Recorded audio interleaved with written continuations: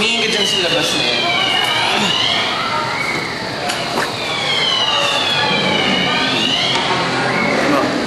Alam mo kung gaano kadami yung puro makalamong nabubong, tapos sa ilalim ng bubong na yan marami yung mga taong nagugutom, wala makain.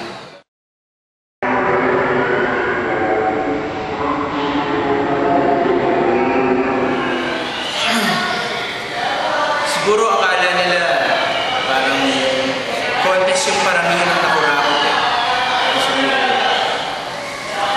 And for the record, sasabihin ko na rin na hindi ka politiko pag hindi ka nangungurakot. Nung ginagawa ko ng video na to, dalawang lang talaga yung pumasok sa isip ko eh. Parang dalawang bagay lang talaga. Una, nalaman ko kung gaano ako kaswerte. Tapos pangalawa, na-realize ko na hindi ko kasalanan kung ba't sila pinanganak ng ganun na less privileged.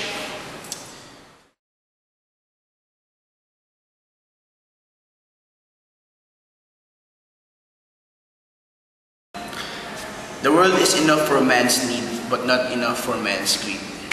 Totoo yun. Kasi yung greed ng tao pwede maging extreme eh. Parang pwede maging sobrang extreme. Pwede maging walang hanggan.